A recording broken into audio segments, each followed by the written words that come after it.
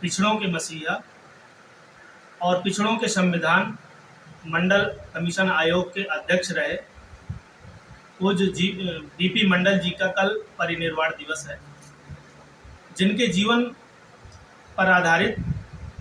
विचार गोष्ठी का आयोजन उत्तर प्रदेश के समस्त जनपदों में अखिल भारतीय यादव महासभा उत्तर प्रदेश के निर्देशानुसार माननीय राष्ट्रीय अध्यक्ष रामानंद यादव जी के निर्देशन पर सभी जनपदों में परिनिर्वाण दिवस जनपद के सभी जिलाध्यक्षों के द्वारा आयोजित किया जाना है। इसके लिए उनको निर्देशित करने हेतु प्रेस कॉन्फ्रेंस के माध्यम से ये जानकारी देने के लिए आप सभी को आमंत्रित किया गया था और मैं आप सभी का धन्यवाद देता हूं अपने अखिल भारतीय यादव महासभा की तरफ से कि आप हमेशा अग्रणी भूमिका में खड़े होकर समाज के उन तमाम मुद्दों को उजागर करने में अपना योगदान देते हैं, जिनसे देश की आस्था, एकता, अखंडता बनी रहती है। कल देश के ऐसे पुरोधा का परिनिर्वाण दिवस है जिन्होंने जीवन समर्पित देकर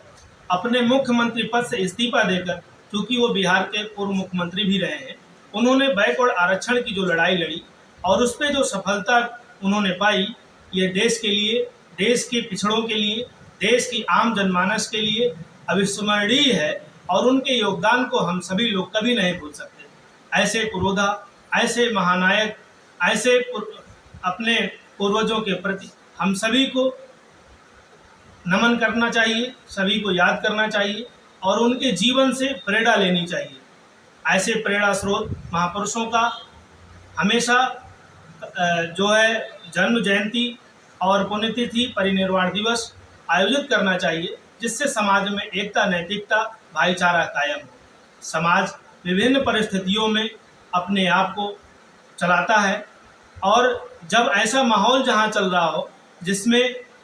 किसी भी बड़े व्यक्ति के द्वारा निकली हुई मुंह से आवाज़ एक बड़े विवाद का कारण बन जाती है, ऐसे में हम सभी लोगों का एक नैतिक दायित्व बनता है। हमारे देश के तमाम महापुरुषों ने देश में शहादत और कुर्बानी देकर देश की एकता, अखंडता को जो स्वरूप दिया था, आज वो विचलित होता सा दिखाई दे रहा है। मैं सभी देशवासियों से, खास तौर से अपने यादव समाज से ये अनुरोध करता हूँ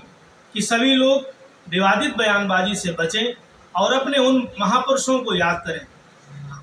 यादव कौम वो कौम है जिसने देश की विभिन्न परिस्थितियों में अग्रणी भूमिका पर खड़े होकर शहादत देने का काम किया है। देश की नैतिकता, एकता, अखंडता को बनाए रखने के लिए हमेशा अपना महत्वपूर्ण योगदान दिया है। यादव समाज वह गौरवशाली इतिहास और मुकाम पर है जिसमें देश के तमाम बड़े स्तरों पर पहुंचकर देश का ही नहीं बल्कि विदेशों में भी जाकर अपने गौरवशाली इतिहास के लिए जाने जाने वाली कौम है। अहीर रेजिमेंट की मांग हम लोगों की निरंतर चली आ रही है और हम देश की वर्तमान सरकार से गुजारिश भी करते हैं कि रेजिमेंट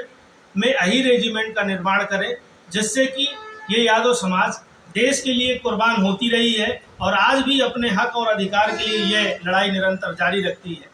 मैं देश के उस पिछड़ों और अल्पसंख्यकों,